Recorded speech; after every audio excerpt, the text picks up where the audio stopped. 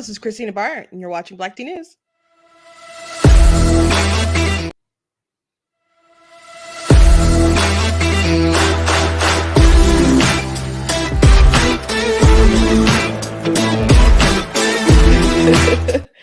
Okie dokie. I guess we'll go right into it because I can't see that it's playing. I don't know if did you guys see my intro just play? I'm not sure what's going on. But anyway, thank you guys for tuning in to Black Tea News. I'm your host, Christina Barr. And today we're going to be talking about Joe Biden. He said some pretty disturbing things on during an interview the other day. And that's what people are talking about. Yes, you did see the intro. I don't know why it did not play for me. It just looked like I was staring at you. And then I became all like, this is awkward and weird. So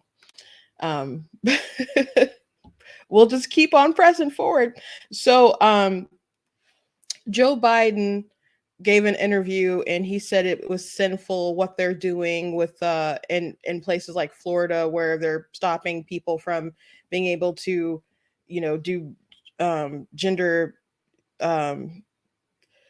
dysphoria related stuff to minors. And he said it was sinful. He also said some stuff about his support of gay rights, which just didn't make sense. And I'm like, I really don't think people should let Joe Biden get away with lying all the time about these issues. Also, Trump had said something the other day about Ron DeSantis in a video, which he said before, like on Truth Social, but he actually like made a video about it. And, there's plenty of people I'm sure follow me are like all in Trump's camp, or people who want to try something new with DeSantis, and maybe you guys are interested in somebody else.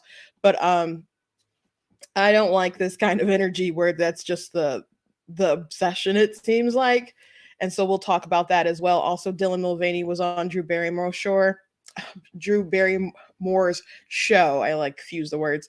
And I don't always want to talk about this guy, but it keeps getting in the news and they keep elevating his platform and stuff. So I just want to draw attention to the interview, especially since it is a hot sort of topic today. So before we jump into it, I want to encourage you guys to go to blackteenews.com, check out different content on my website, different articles, different videos, etc. We got different merch that you guys can check out, like the XX Club lifetime membership, and we got XX Woman. So we also got the You Are Not That Special. We also got those in different mugs, and we got the My Money, My Business t-shirts that you guys can check out and look into. So go ahead and check out the merchandise at blackteenews.com. If you like what I do here, please consider leaving a donation at blackteenews.com/donate. Cost to stream, cost my run to run my website, all that good stuff. So if you'd like to help with all that overhead, God bless you. I really, really appreciate it. And make sure that you guys are signing up for different updates so you can, get updates on when I post different articles or what are the top articles or other things that are going on in the world. Get updates on my book, of course, God is Blatantly Against Abortion. Got that available for pre-order on Kindle and Nook. I also will have it out in paperback. So make sure that you guys are signing up for updates so you can stay up to date on all that stuff. So let's go ahead and jump into it. I wanted to hold the story for a little later, but I found a meme that was a good segue into this Drew Barrymore story. So we're going to start off with that. And so you got this meme here, show her it's a man's world. And then you have 70 years of feminism, and you transform now with Dylan, who's a man sitting on a couch with Drew Barrymore, like getting on her knees to be eye level or whatever. But that's the imagery that people have kind of going out. So people coming at her. So, I mean, I would just say, people are like, oh, so we're bowing to these people now. I think she just kind of wanted to be eye level with him. But again, people insist on, I had a pretty viral video when I broke down Dylan Mulvaney. They're like, why you guys keep talking about him? Like, just leave. They say, leave her alone. I'm like, he's not doing all this stuff to not get attention. And I guess you could argue, why are we feeding into it and giving the attention? And it's people on the left will do stuff, and then when the right notice it, they'll be like, how dare you notice? And so I feel like this is a thing.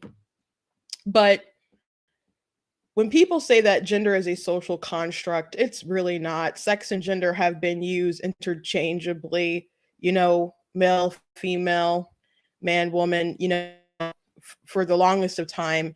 And then feminists, started complaining about gender roles, etc. And it kind of transformed from there. But historically, sex and gender have been used interchangeably, and they're so meaningful, intertwined, like you can't really separate them.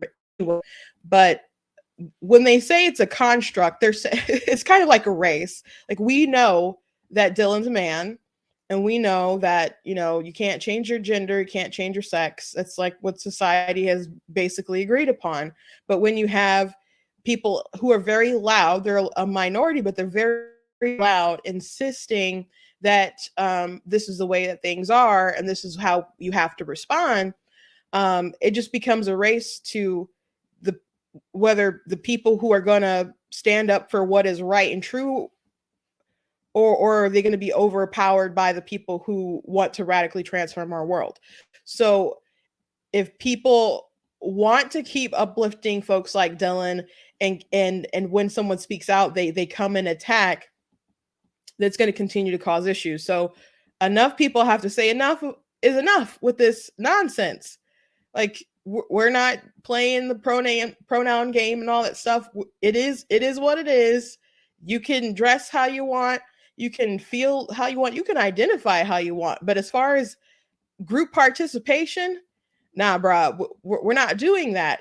But you have people like, was it Faye Johnstone, was the Hershey person on the candy bar, who said, who identifies as a woman, and he did an ad, and that caused a big stir. But people were also upset when they started digging through his tweets, and he has tweets saying that he wants to make TERFs, like, them life so miserable for them and their ideology that they'll just be silenced and they won't speak up for women anymore in biology. So they want to silence people who won't go along with everything else that they have to say. And I think who knows if this person actually has genuine dysphoria, or they're riding a wave of celebrity and popularity. They have 10 million followers on TikTok and been before the president, and obviously we're about to play the interview with Drew Barrymore, at least a part of it, to get to the point where I want to go. And it just kind of becomes necessary to be counter to the culture. So that's why we're doing this again. So here's the interview. The negativity. How have you dealt with it? And what's an approach you take? What's your self-talk? What do you filter? Yes. How do you... I still read the comments, but there is so much hatred directed at the trans community right now. It's everywhere. And I think the greatest weapon that I can contribute is trans joy and comedy and talking about hard, subjects and really intricate moments of a transition, and try to let everybody in to see that, I'm not a monster. I'm not somebody that, is trying to do anything but be myself and be happy.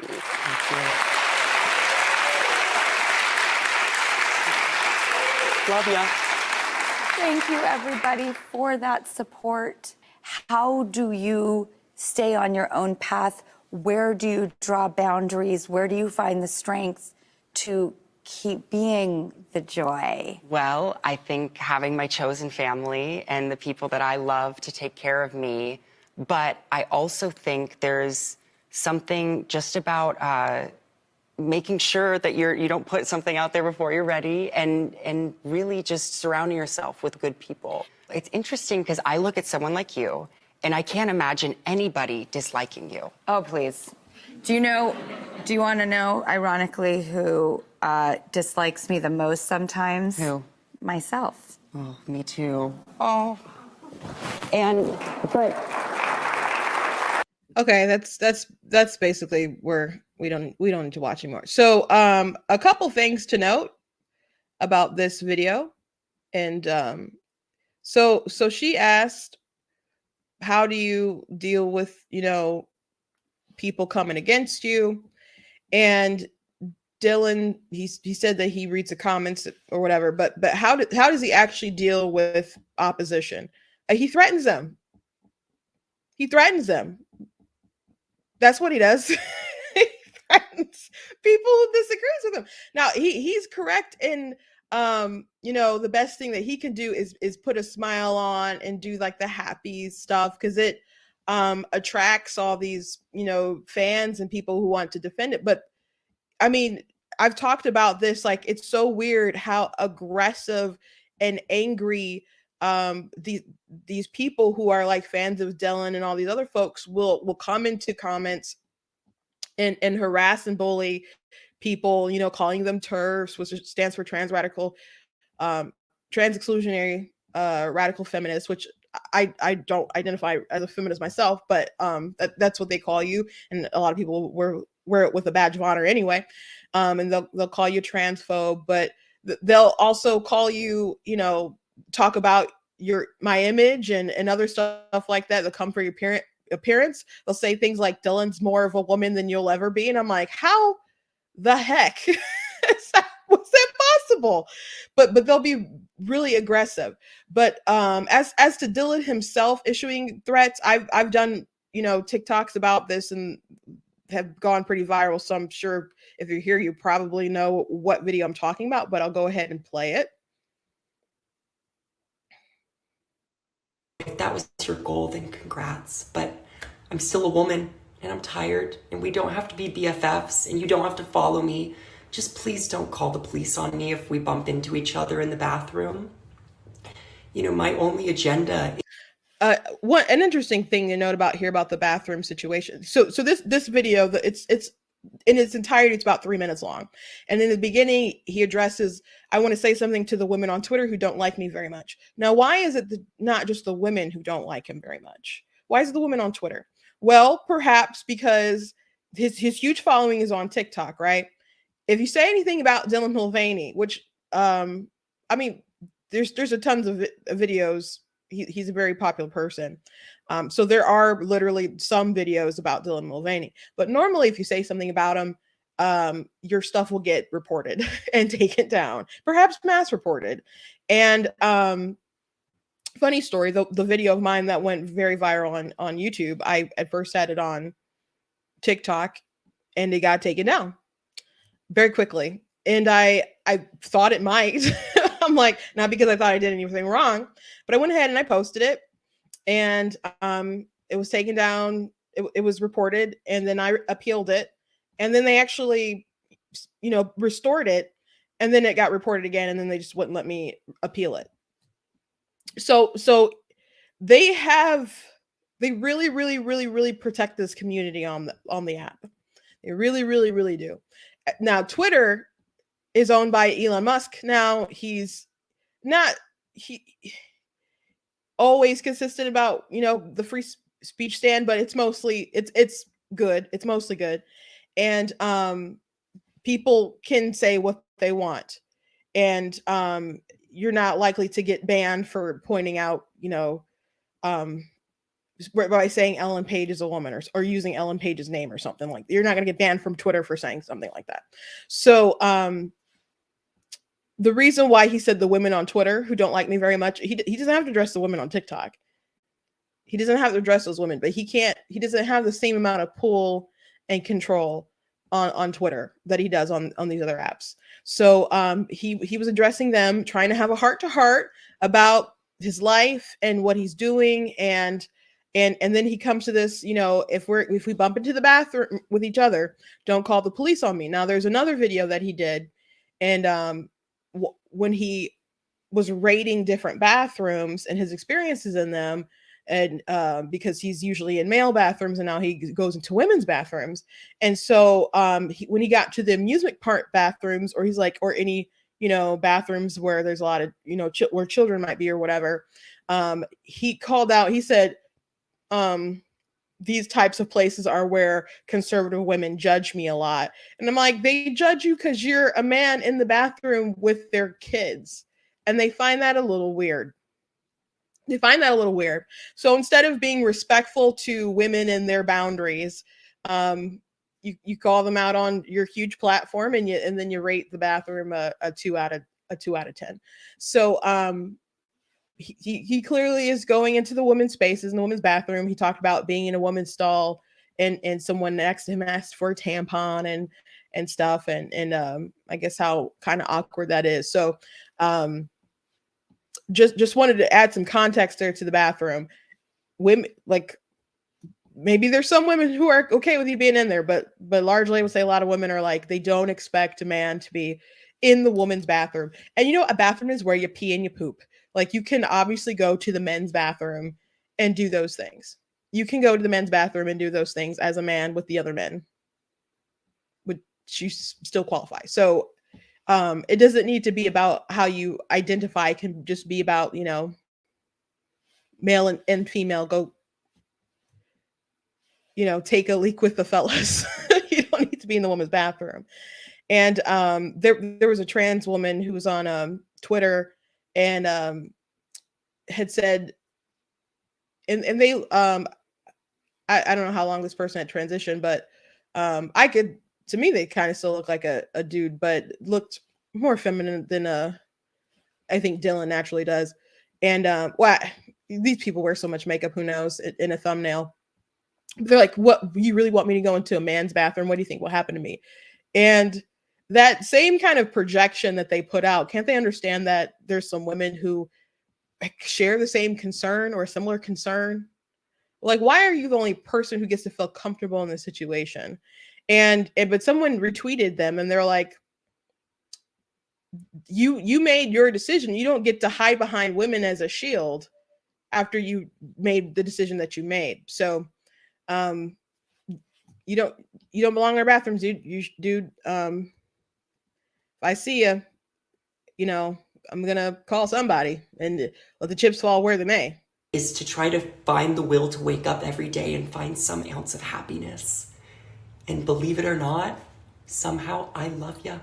And P.S., I am also very nervous for you, just because hopefully soon transphobia won't be as tolerated online, but your tweets are forever and I don't want those to come back and haunt you. Okay? Bye. So that was a threat there. And some people, when I first brought this up, they're like, that wasn't a threat.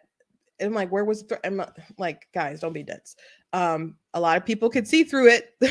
The shut up or else.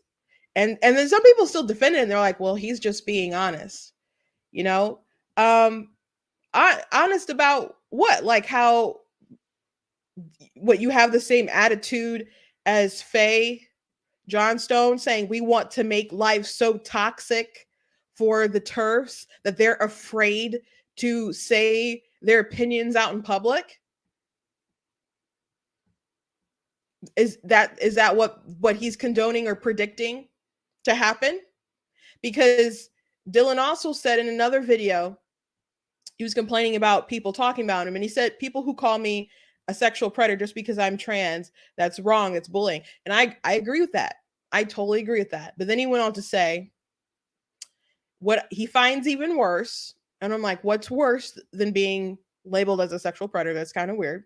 Where are we going with this? He says it's worse, these articles that refer to him as a man and uses he, him pronouns over and over and over again. And I'm like, excuse me?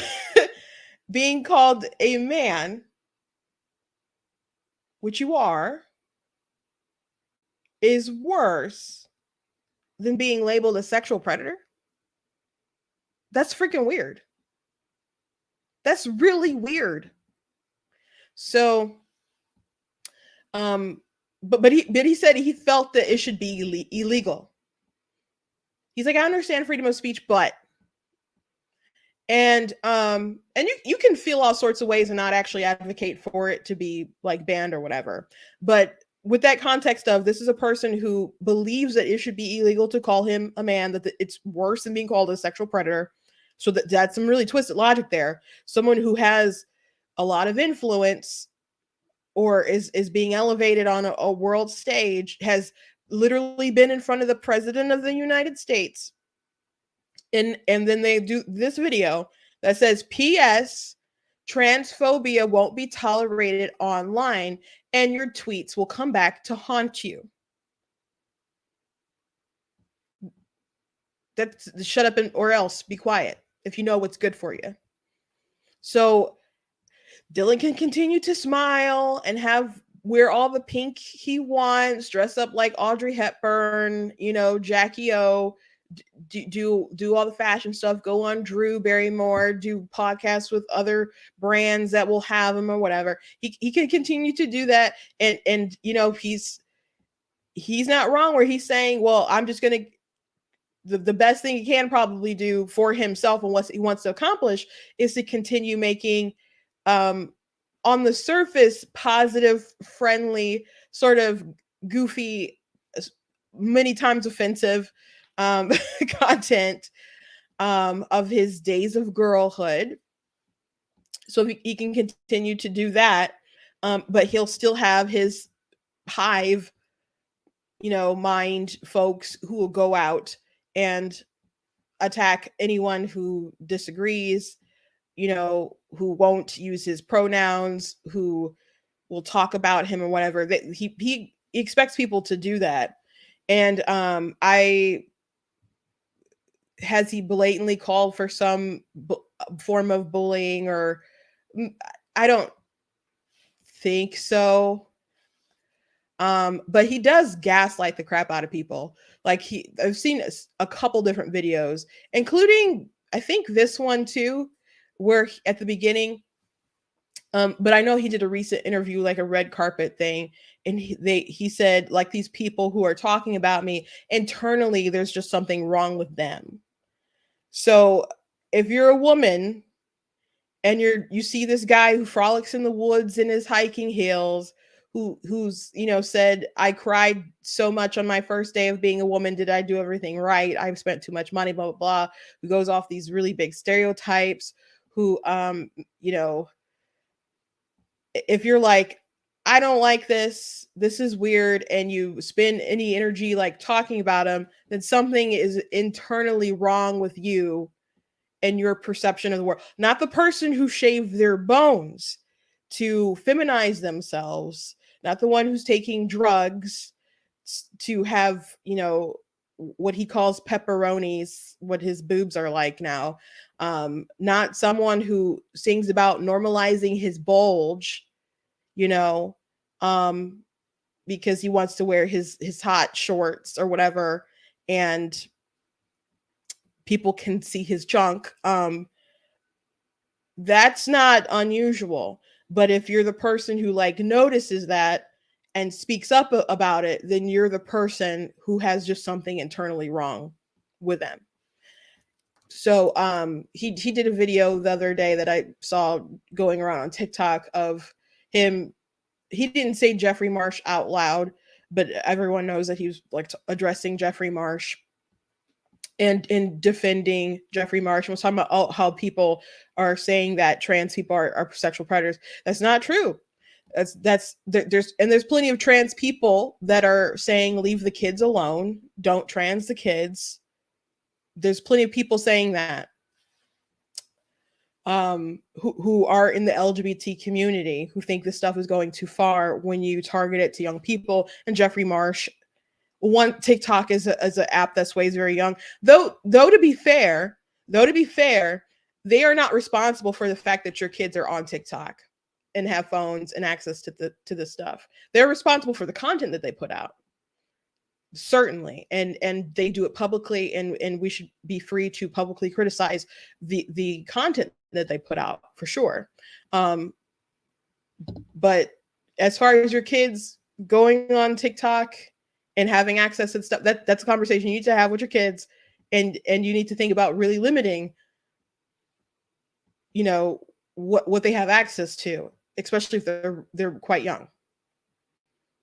You are the parent. Now, stuff can slip by the best of parents, seriously. So you do want to try to protect them outside of what you can control as well. But I do just want to put that disclaimer, parents, you need to be vigilant yourself. But as far as Jeffrey Marsh making videos addressed to kids, and it'll say, come parents watch it too, but it'll say there's no such thing as boys or girls. He has one video that's, I don't think this one's specifically addressed to kids, but he says there's no such thing as biology. So some really radical things, but also he's mentioned that he's an enemy to parents, not all parents, but basically the parents who won't affirm and go along with the sort of things that he teaches. And parents need to be very, very suspicious of anyone who wants to drive a wedge between the child and the parent.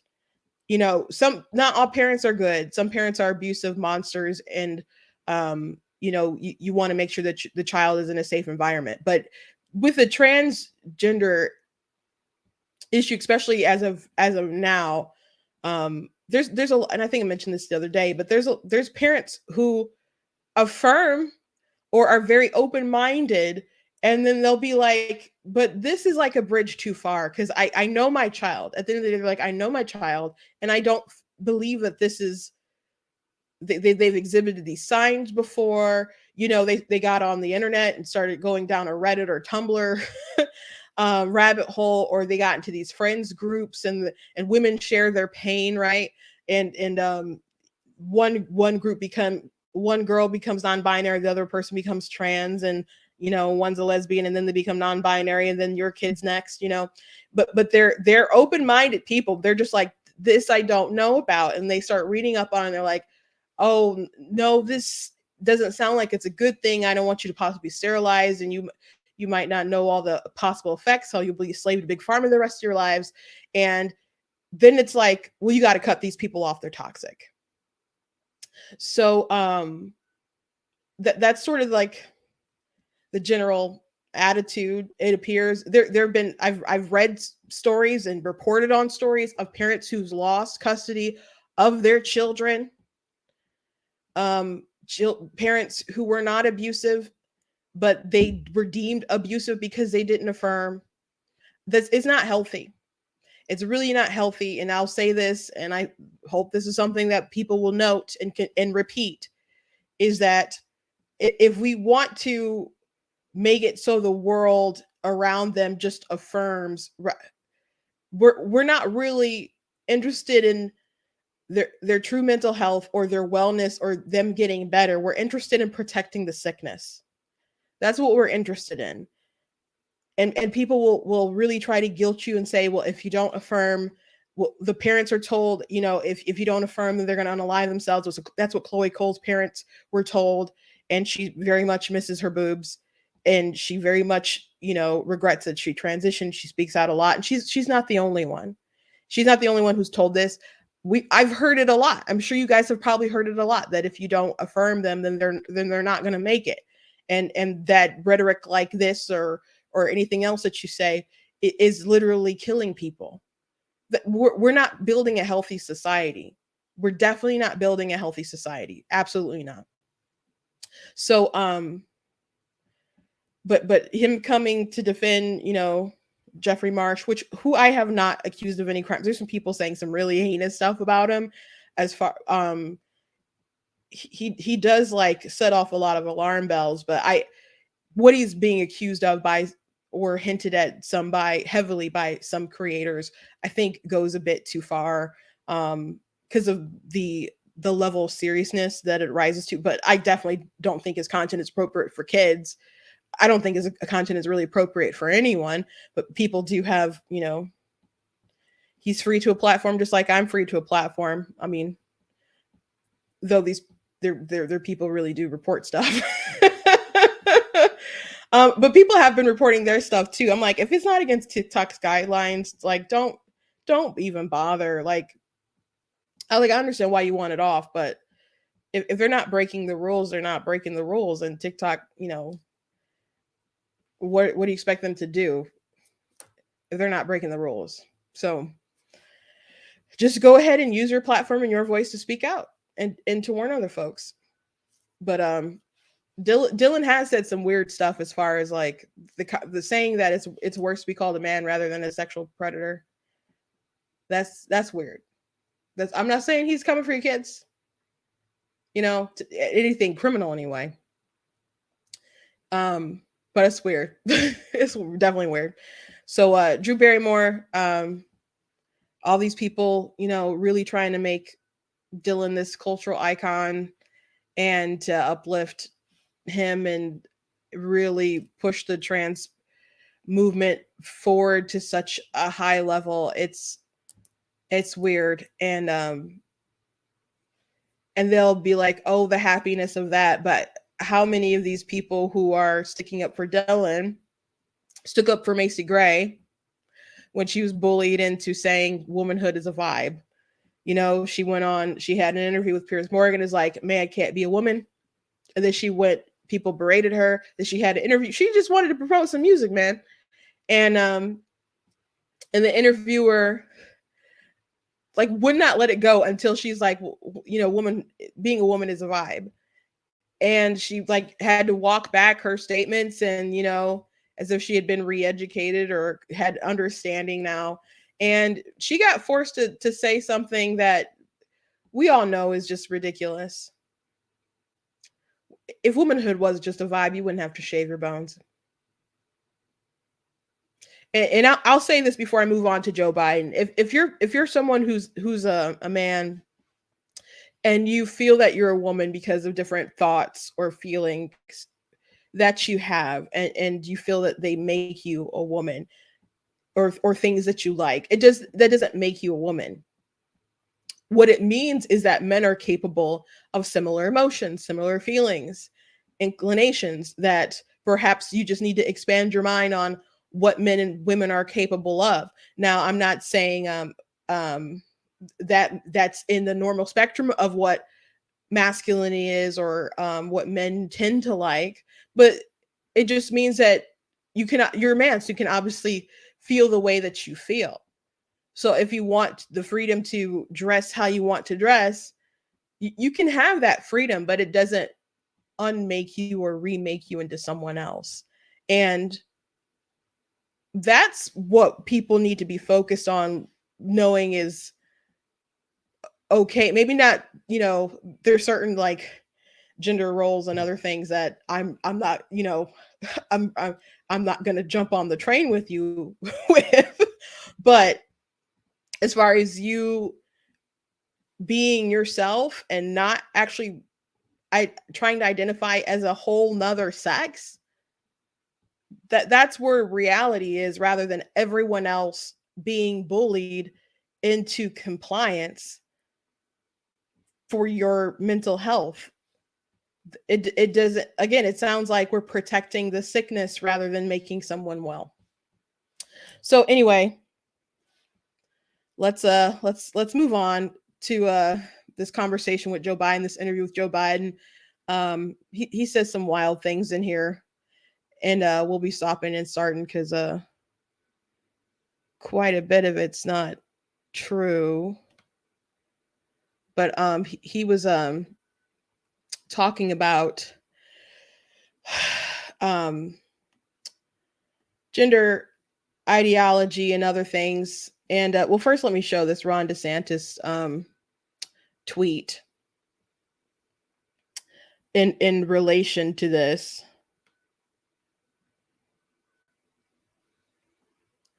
So in this interview, he comes after Florida and some policies that they're making, and Biden says that it's sinful to prohibit, to have the different kind of policies that they're having in Florida. And so Ron DeSantis retweeted, said, "It is not sinful to prohibit the mutilation of minors. It is not acceptable for the federal government to mandate that procedures like sex change operations are allowed for kids." So it's so bizarre that this is the world that we're living in with the president right now. The sort of things that he's saying, especially knowing how far that we've come, and even some things that he said in the past in relation to, gay marriage and other things.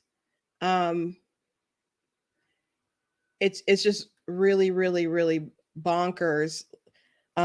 Before I show that, let me show a video back in the day of him talking about gay marriage because he's going to bring it up. I can't believe the American people can't see through this. We already have a law, the Defense of Marriage Act, where we've all voted, not where I voted and others said, look, marriage is between a man and a woman, and states must respect that. Nobody's violated that law. There's been no challenge to that law. Why do we need a constitutional amendment? Marriage is between a man and a woman. What's the game going on here? Do you support gay marriage? No, Barack Obama nor I support redefining from a civil side what constitutes marriage. So he's going to talk about gay marriage in this clip I'm going to show you guys. And I just want to say before we even get to it that it is so weird. It is so weird that Joe Biden believes that the population will just go along with the crazy things that he says. Now, I remember those conversations, and if you don't remember when they actually happened, I'm sure that you've maybe seen clips, or maybe some people haven't seen clips. I mean, these things really circulate around during primaries when they're trying to one-up each other. So to feel that he can go back and just rewrite history, which he does all the time. He's done it a lot with like the civil rights movement, for example, how much participation he had in it, which he didn't. And even though he's been debunked way back when, during like his first presidential run, he still continues to lie to this day. So people talk about Trump and like, oh, he's so dishonest. I'm like, Trump uses a heck of a lot of hyperbole, and I'm not going to say he's honest all the time. Definitely not. And a lot of politicians obviously aren't honest all the time. But Joe Biden is such a notorious liar, and he will lie about things that don't make sense, things that he's got busted on, and will just continue to repeat the lie. And so, again, he's done a lot with civil rights, but this is I don't get stuff like this. I really don't. So here is the interview. Is beyond disappointed that there hasn't been a wedding yet, but Cardi B is going to marry us, apparently officiate our wedding, which would be nice. But my question for you, Mr. President, is you codified support for same-sex marriage and interracial marriages like ours. I'm curious what your evolution was like on marriage equality and what the federal government might be able to do to protect LGBTQ Americans, especially trans kids who are dealing with all these regressive state laws that are popping up right now. I can remember exactly where my epiphany was. Okay. I hadn't thought much about it, to tell you the truth. And I was a senior in high school, and my dad was dropping me off. And I remember about to get out of the car, and I looked to my right, and two well-dressed men in suits kissed each other. I mean, they gave each other a kiss. And then one looked like he was heading to the DuPont building, and one looked like he headed to the Hercules Corporation building. And I'll never forget, I turned and looked at my dad. He said, Joey, it's simple. They love each other. It's simple. No, I'm not joking. It's simple. They love each other. And Okay. So he said when he was a teenager, he was with his dad and saw two men, one, I guess, who was kind of professional, one who was like, I don't know, Herculean sort of looking fella. Joe Biden, as a young man, well, younger anyway, than he is now, certainly, became a senator, I believe, in 1973. Someone can fact check me. I'm pretty sure it was 1973. So what we're talking, like, in the 60s, that he was with his dad and he saw these two gay men kiss out in public, and his dad was like, oh, it's simple, they love each other. Does this story, and I'm not saying there's not people who would have been like that. This whole scenario sounds ridiculous, especially knowing that he did not support gay marriage. He did not support gay marriage up until like 5 minutes ago. While he was running for president, they're like, no, we don't support gay marriage. And then they flipped. and actually Obama was reportedly upset because Joe Biden spilled the beans that they were going to flip on gay marriage. But that's a recent change. And I know, like, in politics, things seem so far away ago, so far removed. But Obama wasn't, I mean, though, the longer you live, that, yesterday doesn't seem that long ago. And when you're young, a week or something is forever away. But Biden and Obama were just in the White House. Trump served one term. Before Trump's term, they were in the White House. And while they were running, they were still not for gay marriage. Now, Obama was probably for it the whole time. It was just said whatever to be elected. And maybe a lot of these people felt whatever ways for a long time. But Joe Biden is also Catholic. And I'm not saying there's not Catholic people who aren't pro-gay marriage, but this story isn't adding up, especially when you're well aware of the fact that he was against gay marriage. So why this story? Now, you could say, well, he just didn't think about it till now, and it doesn't make it not true just because he didn't support it himself. He said this is when he had his epiphany that meant jack squat.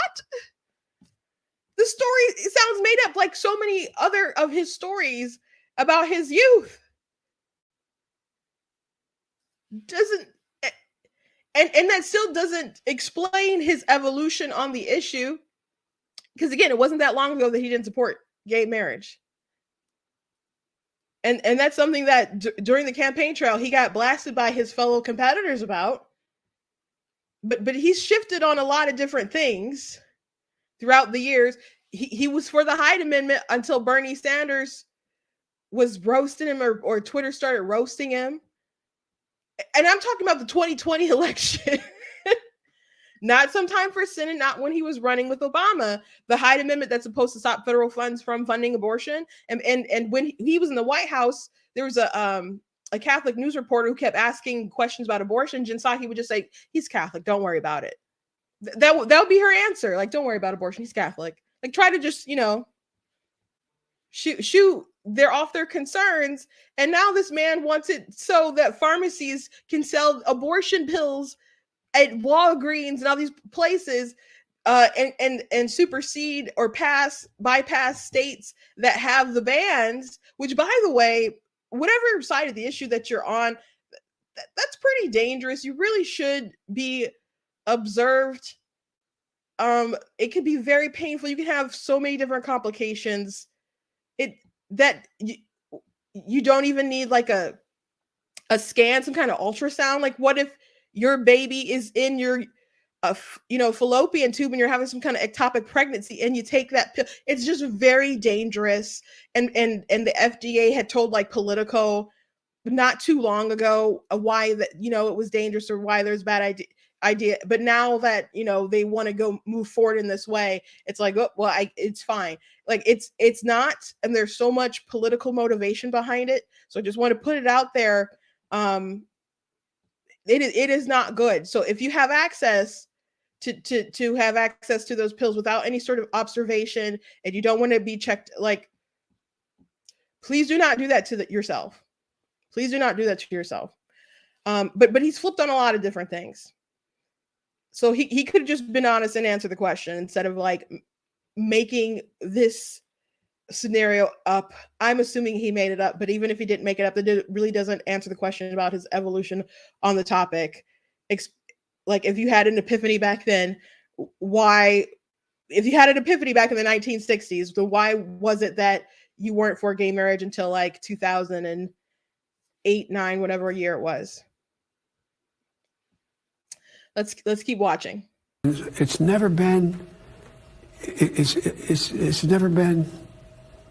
It's just that simple. It doesn't matter whether it's same sex or a heterosexual couple. They should be able to be married.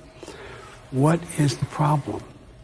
So listen to your auntie and your uncle. Get married. Do it now. Don't wait. Transgender kids is a really harder thing. What's going on in Florida is, as my mother would say, close to sinful. I mean, it's just terrible what they're doing. Now, again, Joe Biden is Catholic. Do you really think that his mother, in conversations about giving kids puberty blockers, hormones, chopping off their boobs, all that stuff, saying that a boy identifies as a girl and that they're actually a girl, been a girl the whole time, a boy or whatever the whole time.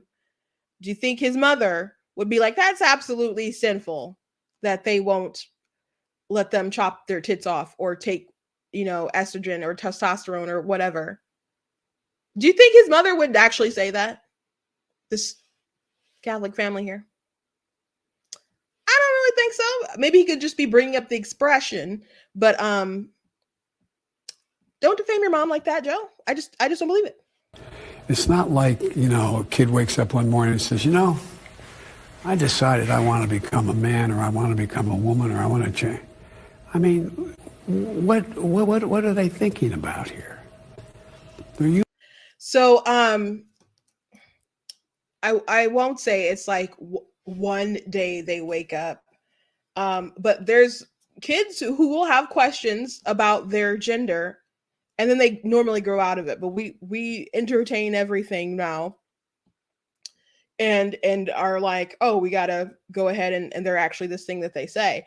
And Matt Walsh got into back and forth with Hunter something. He's a Twitch streamer. Apparently, he used to be conservative or claimed to be conservative, and then he switched. I've done a video or two, I think replying to Hunter's videos, but he was defending, kids getting hormones and whatever. And Matt Walsh, he was going back and forth with him, and he's like, well, they have 6 months. And Matt Walsh is just like, 6 months? Like, do you know that kids will change their minds? 6 months. Adults can be so certain of something and change their mind. I'm going to use another parallel with the abortion debate really quickly. So people bring up the Turnaway study a lot, because they'll say the Turnaway study, which there's different issues with its with the data that people have contested, but a lot of people talk about it, so it's got a lot of headlines. So people talk about how they follow these women for like 5 years, and how women who couldn't abort, maybe their financial status didn't improve much or whatever, etc. And they're like, look at these issues with the women versus like if they're able to have an abortion when they want. And then they'll say that women don't regret the abortions when they have them. But another interesting thing about the Turnaway study that people don't really talk about is that the women who are denied an abortion don't regret not getting an abortion. And actually it was like 96% of women. But the really stunning thing about it was that after like a week maybe it was, like the people who were denied, it might have been a month, but I'm pretty sure it was a week. Just a week of being denied an abortion are glad that they didn't get an abortion. And I'm like, one week could make that much difference between deciding to go through it or not deciding, and then raising your kids and developing your bonds and relationships. I'm like, that's pretty remarkable that a third of women, gradually and eventually, I don't remember all the numbers till it got to like the 96%, but throughout the 5 years you get to the 96%, but like a third of women.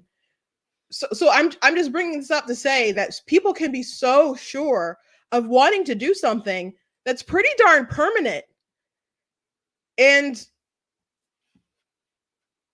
but they can be wrong. So we're talking about kids.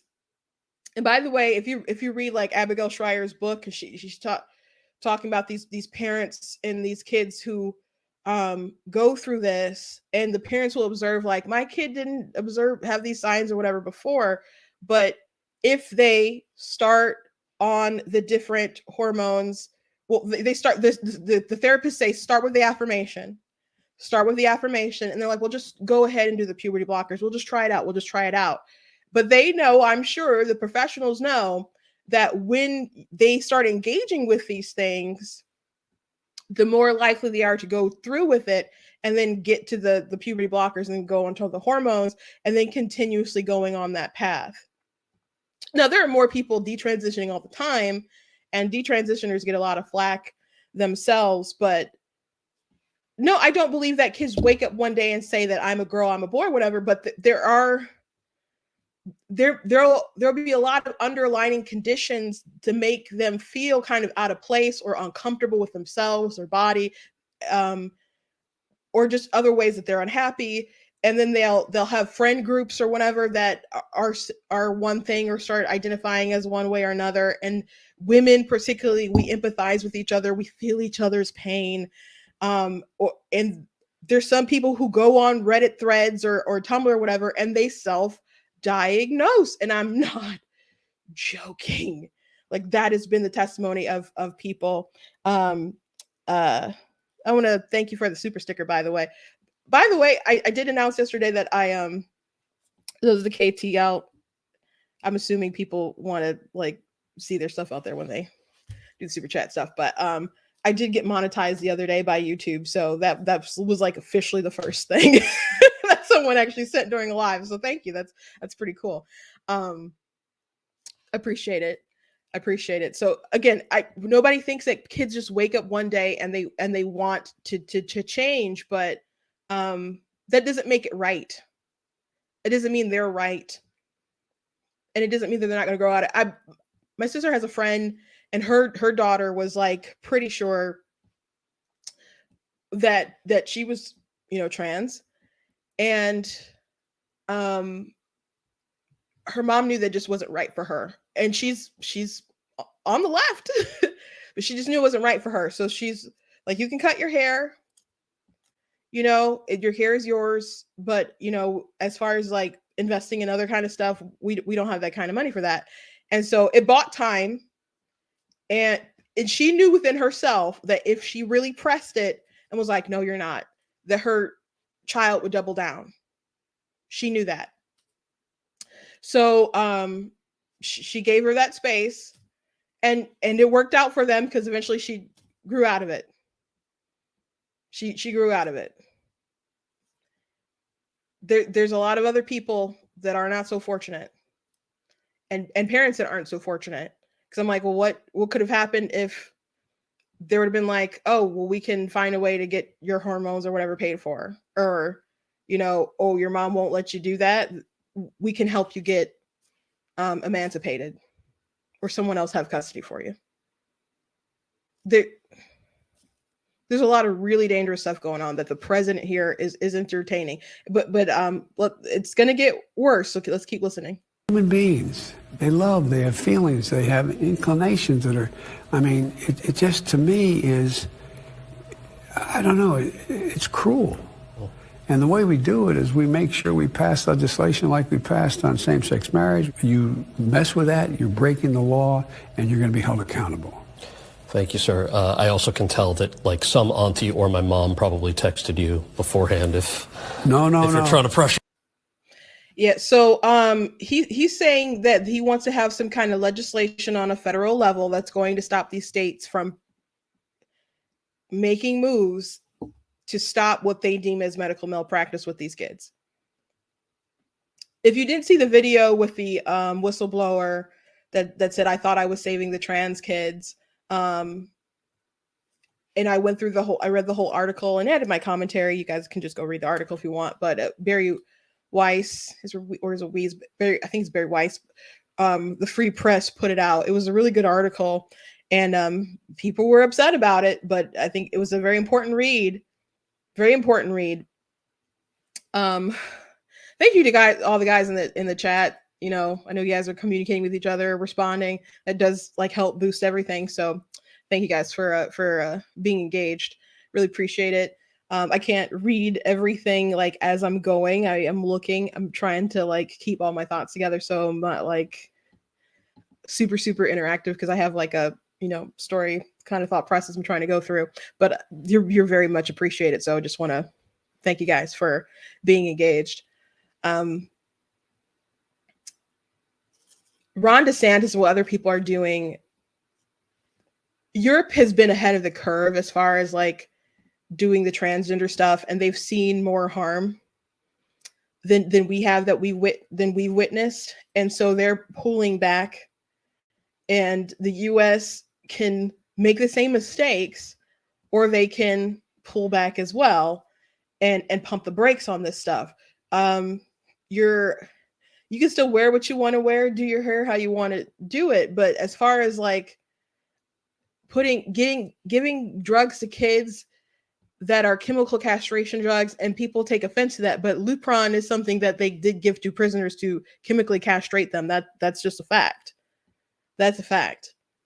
And then they can say, well, people can always undo it or grow out of it or whatever. But once you start these kids on the process, they know that there's a good chance that they're not going to turn back, especially as all of society is also in the affirmation business right now. They go to the schools, there's flags everywhere. They turn on the TV, it's people are just affirm, it's you're bold, you're beautiful, etc. There's some show on Netflix, and there was a cow or something talking to it was a bull talking to another bull or cow or whatever, and then the cow was just like, and it was like a baby cow. And they're like, well, I need to be honest with everyone, I'm non-binary. I'm like, what is this cow saying? And it's a kid's show. And something, I saw another clip from that show that was woke too, but I'm like, for all these kids watching this show who might watch a show, do they even understand all the things that you're saying right now? Because there's people who are adults who aren't turned into the lingo. They're probably like, they're a what? They're a what? But people make this stuff for themselves, for other adults, who are like-minded, and then they show their kids and they want them to see this stuff, and if you don't want your kids to see this stuff, you got to be vigilant about what your kids watch, for sure. I gotta send that to my sister. My sister is really on it as far as what her kids watch. They're still little weirdos though, but I love them. They're so adorable.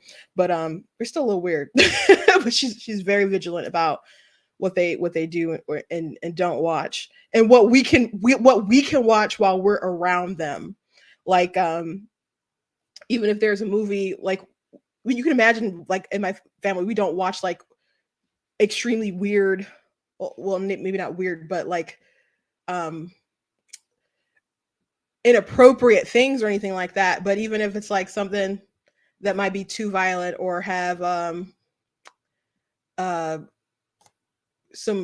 curse word or something in it or something, they're like, go watch that somewhere else. My kids are like playing in the background, and we're like, well, we'll watch Sonic again. Sonic 2 to be precise. So yeah, if you're a parent, you really got to be on these kids. But they see this stuff everywhere. And then you got Trans Visibility Day, and then it goes into all holiday after holiday after holiday, and then it goes into Pride Month. So it's not like you come out of back in the day or something, you come out of the closet and you feel like society is going to come at you and attack you. Like you might place this victim mentality on yourself, but you know that you're going to get praise and affirmation. There's this one video that I saw that I'll probably never forget, that was circulating on TikTok. I think I have it somewhere in my computer, so I might show you guys one day. But it was these group of girls. They were out in the middle of a park, and they had a microphone for whatever reason.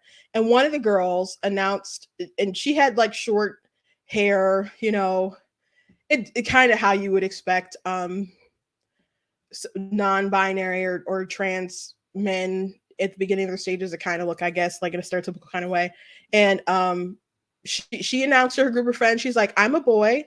And they all just start jumping up and down and clapping. And I'm like, what is it about young women that they don't want to be young women anymore? It's weird that you got a group of friends and they're happy and they're applauding because you don't want to be a girl, because you say you're not a girl, because you're saying you're a boy. And I think there could be a lot of reasons for that, like our society, how we and in a lot of ways, people trying to liberate women, I think we've opened the door to really devalue women, and to give women liberties. We've made women really sex objects. And Bridget Fatsy or Fetsy, or I don't know how to say her last name, but she used to write for Playboy. She has a fantastic article. We covered it on the show when it came out, but it's Why I Regret Being a Slut, and that's her article. I just want to put that out there. It's not me having a confession. That's the name of her article. It's really, really good if you haven't read it. But at one point she talks about, well, the gist of the article, she read a book that was about the sexual revolution and the feminist movement and stuff, and how there were things that she believed growing up and going into her adulthood and stuff that was harmful to her, and that she created this persona of being a man eater, trying to fill a hole within her. And that was her pun. I think maybe she said no pun intended, but it was in there. She wrote it. She understood. But metaphorically, figuratively, she had an emptiness within her. She told herself that intimacy was gross and a bunch of other things that weren't helpful to her. Now, she acknowledges women who aren't going through this sort of crisis that she ultimately had, who are very, free and in their sort of sexual liberation. But she realized that where she was coming from wasn't coming from a good place. And she said just the way that society looks at women and treats women, she can understand how girls will say, well, I don't want to be well, I want to be a boy, but it's not really that they don't want to be boys, that they don't want to be women. And it's interesting hearing from detransitioners and talk about stuff like they just don't like the idea of being sexualized and looked at. And, I can really understand that. When I was in the 10th grade, we went to the Philippines, and I always enjoyed like being top heavy, I guess, personally myself, but it was kind of like, why, but still like, don't stare, and I was like 14 and everybody was staring at me. And I'm not saying everybody was staring to be creepy or anything like that, but like everywhere we went on that island, everyone was talking about, and it was weird. I was 14. And again, I'm not saying that people were talking about it to be sexual or whatever, it was a different culture. We were bigger than everybody anyway. I wasn't as heavy as I am now, just in general, but I was, always gifted in that area, I suppose. And we were taller than everybody. We had braids in our hair. So we very much stood out. My older sister, Katrina, she was like walking down the street, and like, there was like a band or something marching. And one kid saw her and stopped, and then other people stopped. And so she like literally stopped the band from people staring. So she likes to bring that up and brag a bit. But it was a bit uncomfortable for me, because I'm extremely introverted. Maybe you guys are surprised me saying that, because I get on here and do the live stream every day. But I assure you, I'm very introverted. So it was very uncomfortable to see everyone, to have everyone stare like that, and to point out and notice my body. I can understand other young women, especially if you've gone through some kind of trauma on top of that or something, wanting to retreat. I can get that, but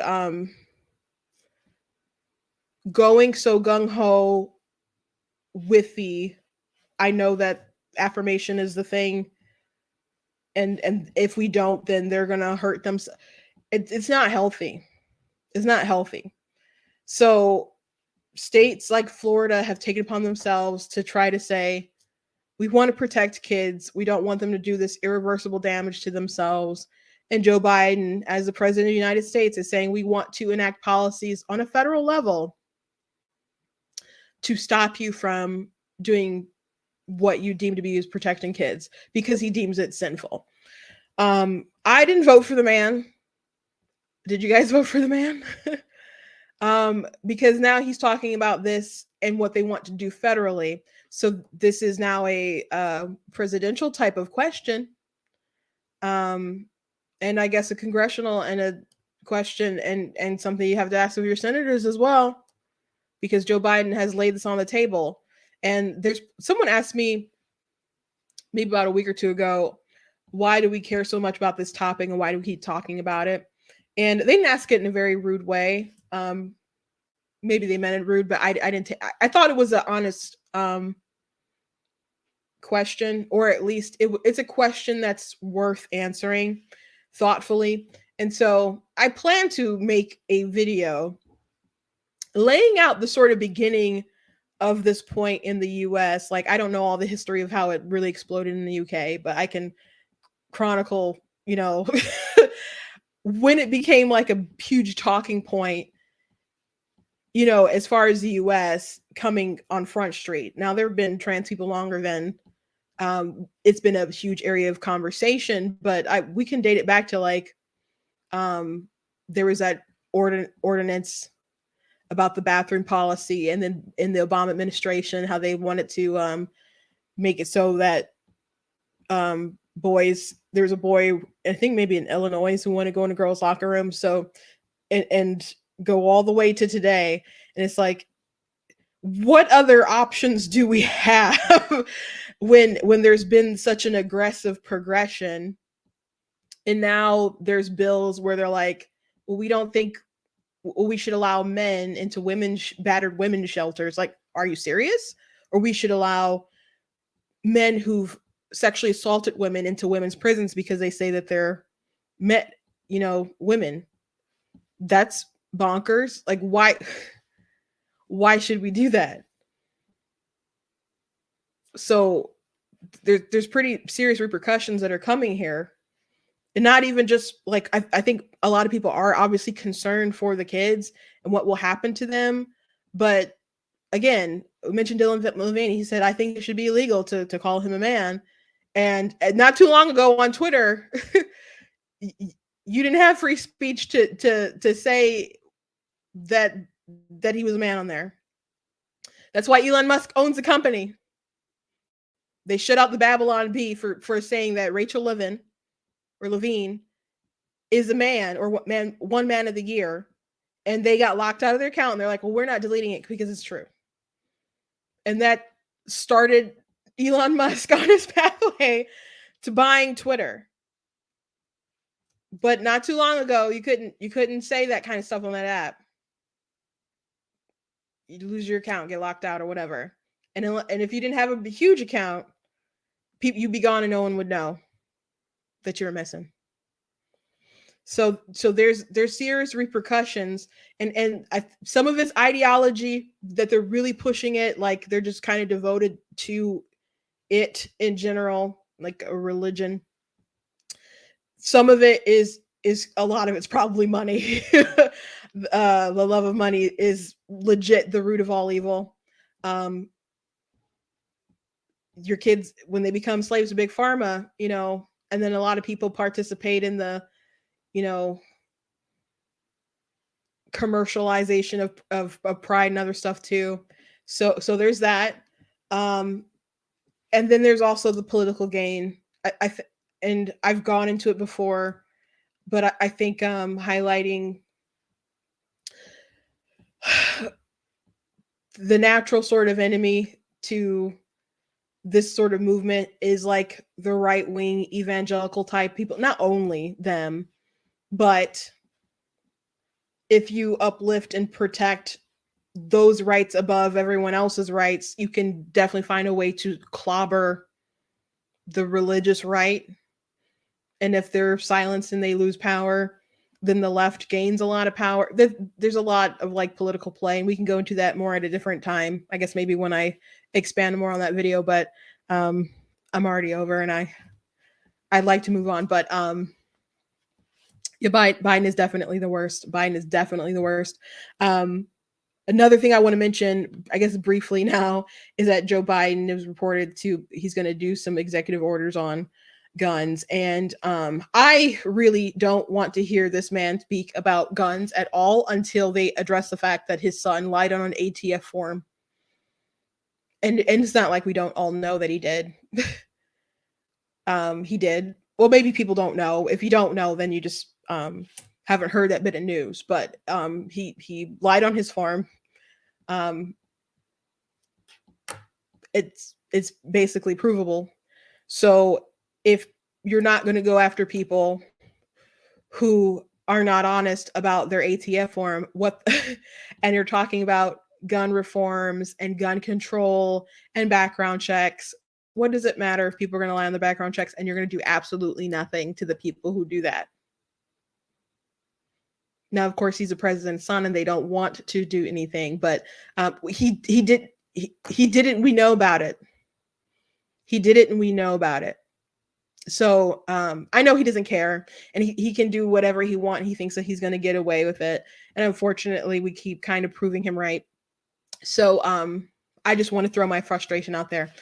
Last thing I know before I let you guys go is that Donald Trump keeps talking about Ron DeSantis, and I think it's so weird. And well, I guess not weird, but he in 2015, 16, whatever, when he was,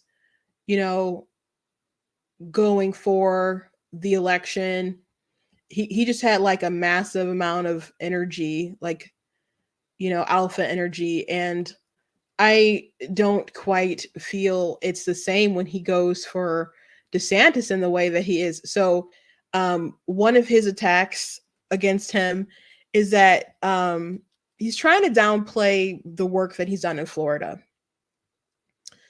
And essentially by saying, hey, Florida is just a good place to live, like an idiot could do it. Like that's the vibe I think that he's trying to portray.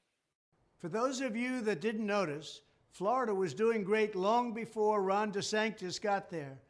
People are fleeing from New York to Florida and other places because of high taxes and out-of-control crime. It's really bad.